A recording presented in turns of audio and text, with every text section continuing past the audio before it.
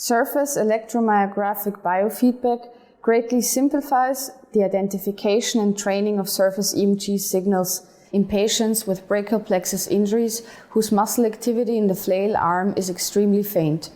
With the use of surface EMG biofeedback, various motor commands and electrode positions may be tested and trained repeatedly, as the technique is non-invasive, easily applicable and inexpensive.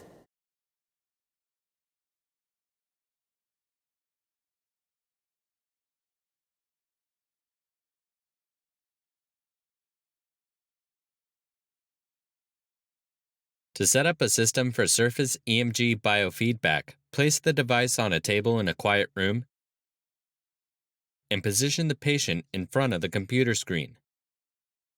Ask the patient to think of hand movements while simultaneously attempting to contract the muscles intended to perform a specific action. Even if this will not result in real movement of the functionless hand while palpating the forearm for muscle contraction.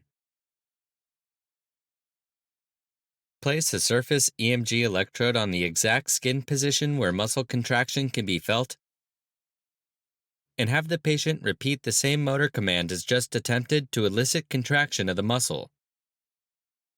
Observe the EMG signal on the computer screen to see if the amplitude consistently increases when the patient attempts to contract the muscle intended to perform a specific action.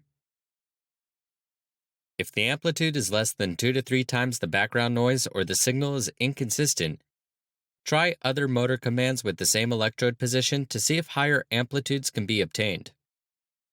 Then move the electrode to a new location on the forearm to assess the